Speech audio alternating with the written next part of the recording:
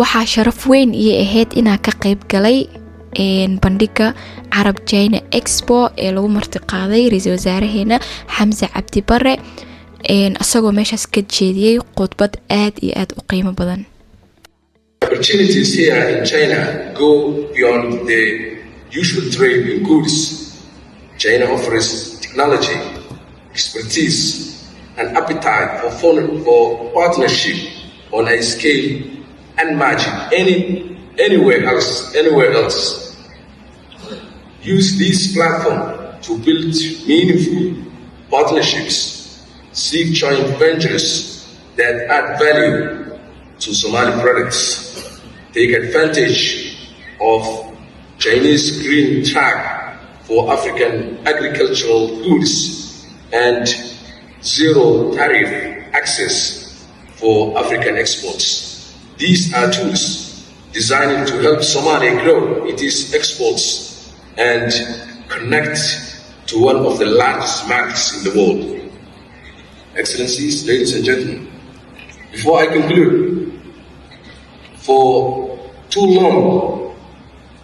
Somalia has been seen through outdated impressions, a country frozen in headlines of yesterday. That image no longer reflects the Somalia of today. Somalia is a nation that has turned the page. Our institutions are stronger, our economy is growing, our security is improving, and our people are leading a new chapter of innovation and entrepreneurship. And therefore, I urge you, when you look at Somalia, do not see it through the shadows of past struggles. See it instead through the horizon of its promising potential. See a young and energetic population, vast natural wealth,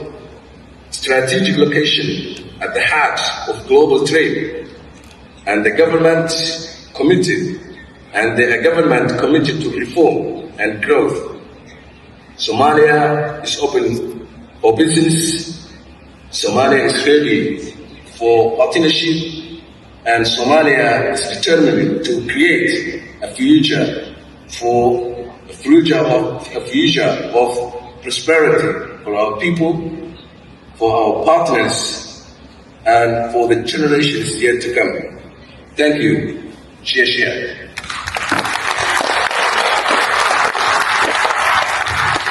intaasna waxay ahayd khudbadii ra'iisul wasaare Xamza Cabdi Barre uu ka jeediyay kulankii China Arab State. sidoo kale waxaa farxad weyn ii ahayd inaan meesha kula kulmay ambassador Hodan Cusmaan Cabdi oo ka soo jeedisay khudbad ku baxayso luqadda Chinese-ka. meesha waxaa fadhiyay siyaasiyiin iyo ganacsato iskugu jirta Soomaali iyo Chinese.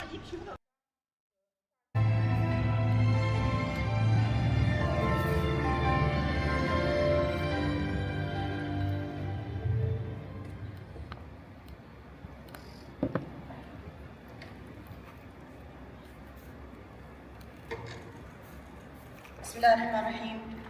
بسم الله والحمد لله والصلاة والسلام على رسول الله 尊敬的 Hamza Abdi Barre 总理阁下，尊敬的张玉普主席阁下，尊敬的楚卫副主席，尊敬的中所企业家朋友们、女士们、先生们，大家上午好。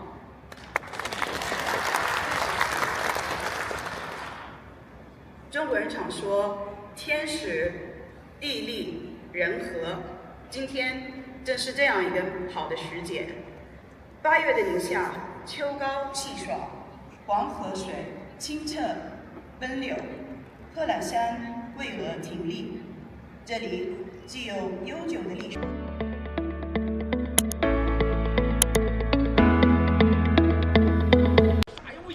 markan waxaa naloo kaxeeyay factory tour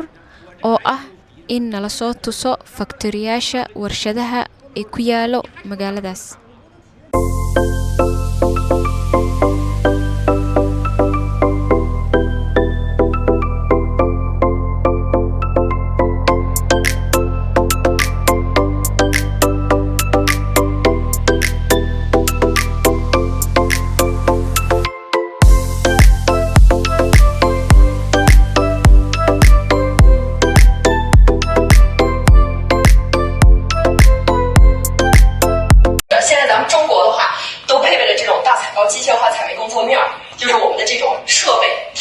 保障了我们整体的一个井下的开采安全。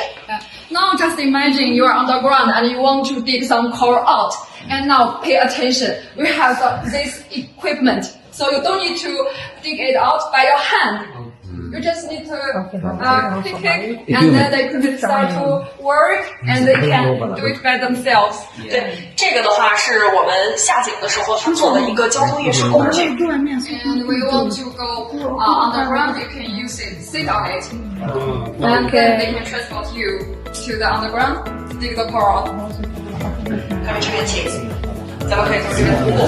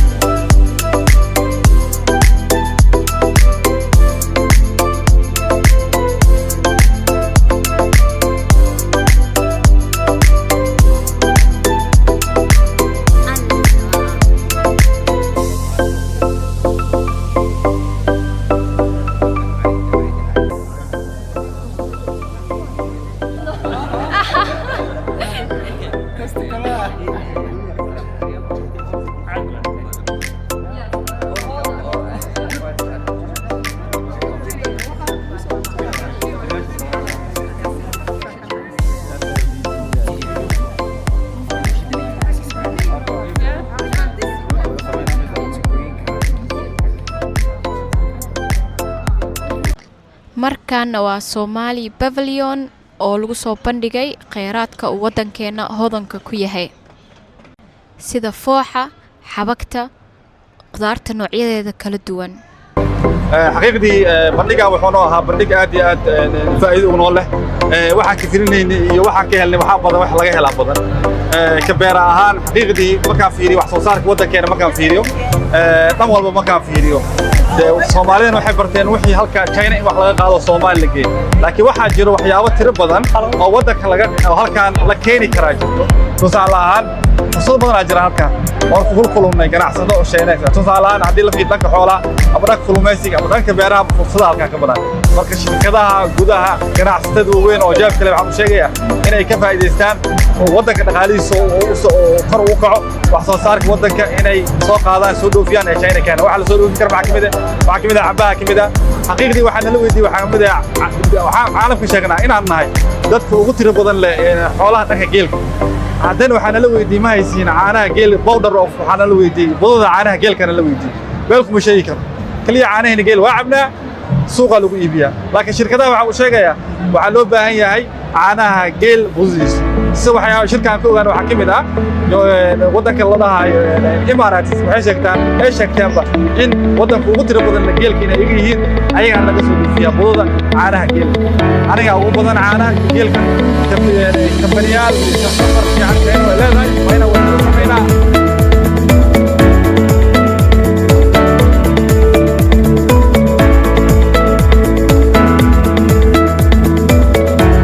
رئيس الوزراء حمزة عبد برة ayaa maanta soo gabagabeeyay safarkiisii uu ku joogay wadanka Shiinaha siibana magaalada Yinchuan ee gobolka Ningxia taas oo lagu marti qaaday furitaanka shirka toddobaad ee China iyo wadamada Carabta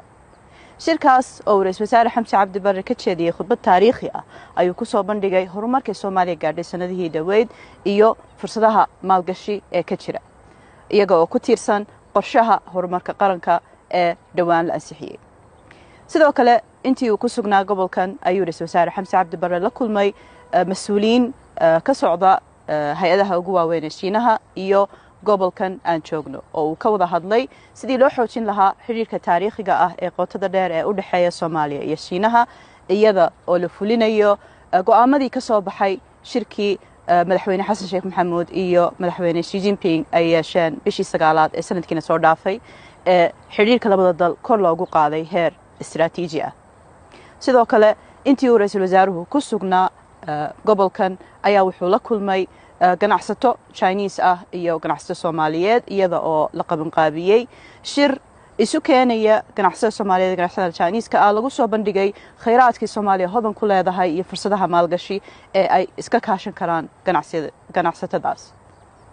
sidoo kale waxa uu booqday xarumo iyo warshado danaynaya runtii in ay Soomaaliya